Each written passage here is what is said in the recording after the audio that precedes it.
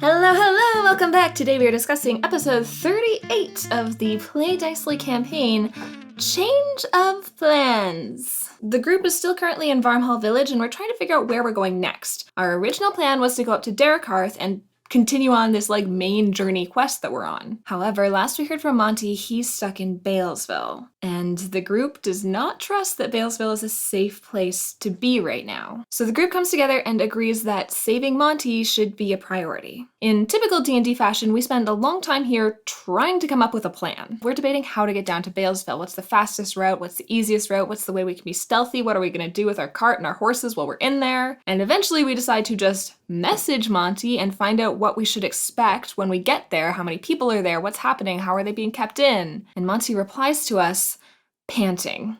He's running, he's escaped Balesville, he's on his way to Timberstead, and we tell him that we're gonna come and meet him. We also message Hillip Rowe, who used to be the Reeve in Balesville. He's on the Learned Circle now, but he's kind of been the person who's been most interested in Balesville and the events. So we message him to tell him what we know and to see if he wants our backup if he's gonna go there. He seems to be semi-aware at least of what's going on in Balesville, but he tells us not to come. He's going in a couple days, he's taking a guard with him, but he doesn't want us to go. Which is surprising, I think, to us.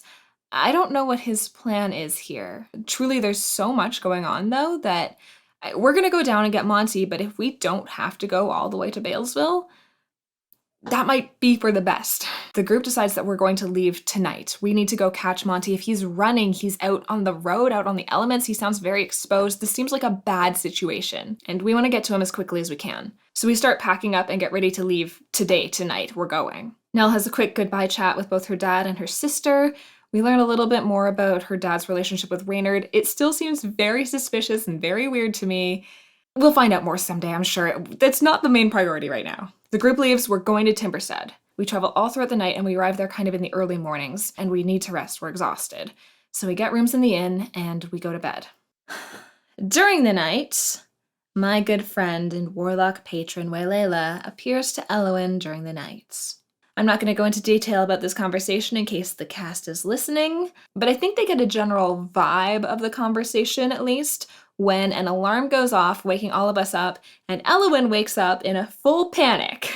The alarm that went off was triggered by the only other guest staying in this hotel, and when we arrived here the previous night, we actually saw a rabbit with a unicorn horn hanging out.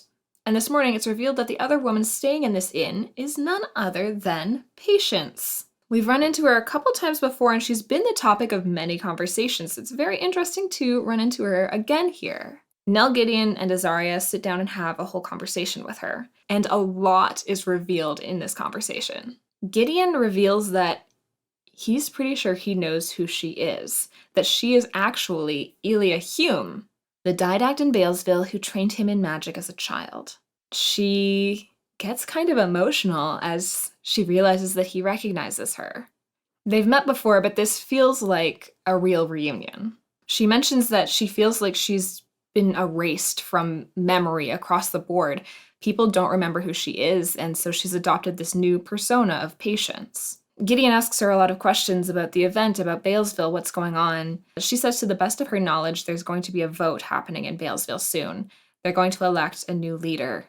Probably someone who doesn't want to be part of the Ascendancy. Maybe a certain Kardrak Mithril, you know? Gideon also asks her about Armani Kane, if that's a name she recognizes, and she tells him to leave that behind him, that Armani Kane is dead, which is freaking brutal, first of all. Confirmation that Gideon was Armani Kane. Later on, once Gideon has left, Nell asks Patience, Elia, if she was there the day that Armani Kane died, and she says no, but Nell insights that she's lying, that she was the one there that day that saved him after Nyx Domino shot Armani Kane. It's very sweet. I'm really glad that Gideon is learning more about himself, his past life. Some memories are coming back to him. These are good things.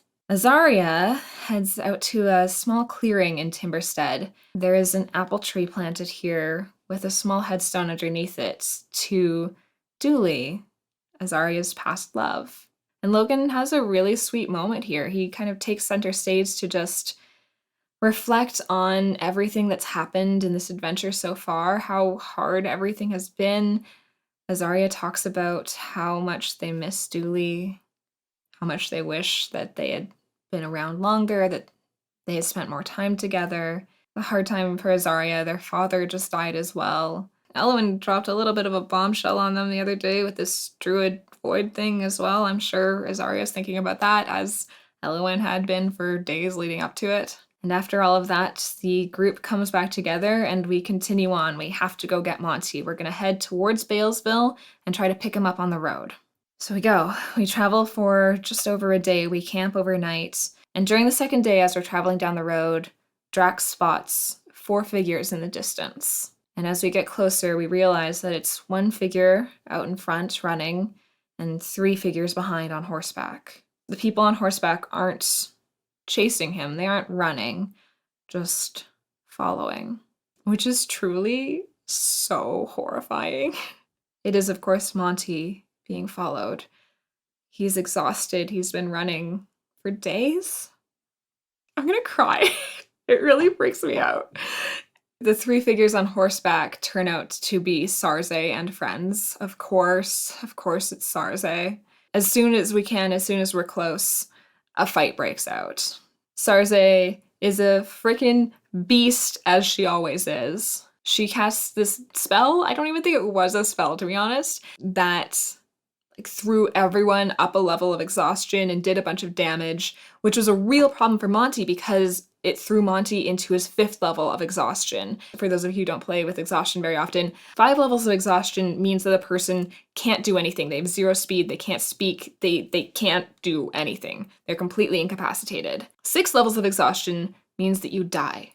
And Monty is just a guy, so he doesn't have a whole lot of HP, so we are all very concerned about this completely incapacitated person who, has 4 HP? And Sarze is here, throwing out exhaustion like nobody's business, and dealing 48 points of damage to everybody in the party in one fell swoop.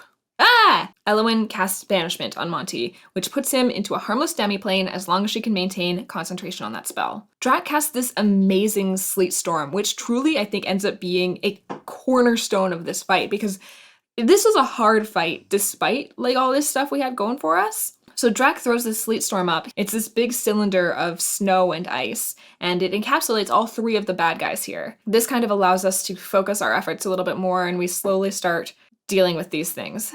Nell gets an amazing crit and just destroys one of them. I think he was doing pretty well. He went from pretty well to dead in 1 turn, thanks to Nell crits. And then in a stunning turn of events that I think no one thought was going to happen, Gideon shoots Sarze in the head and kills her. What? Truly so mundane. He shoots her, she dies. Once she's dead, the other priest that was with them flees, teleports away. And we come and gather around Sarze's dead body, and as we're staring at it, her flesh begins to dissolve away, and all that's left behind is this pure black skeleton. Upon further investigation, we learn that this skeleton is super frickin' poisonous. And we once again spend quite a while trying to figure out what to do with it, because we can't bury it, we can't touch it, it will kill us, we're pretty sure. We can't just leave it here, someone else is gonna come across this, touch it, and die. And so we come up with a couple different ideas. In the end, eventually what we end up doing is creating some holy water. Takes some time, but the group creates 2 vials of holy water, and when Drak pours one on this skeleton, it poofs up in this puff of smoke. Bones turn to ash and swirl around in the air, and then slowly they lose their color and disappear. It seems like we have dealt with it, at least. And that's about the end of the episode. Monty is alive, safe, exhausted, and the group turns around to head back to Timberstead to get him a bed and help him recover before we figure out what our next move is. If you are interested in joining us, you can watch the session live on Twitch at twitch.tv/DicelyDND. Episode 39 will be going live November 20th at 6 p.m. Eastern. I truly don't know what's going to happen next session, so come discover with us. That is all for this time, my friends. I hope you are staying happy, staying kind, and as always, remembering to play dicely.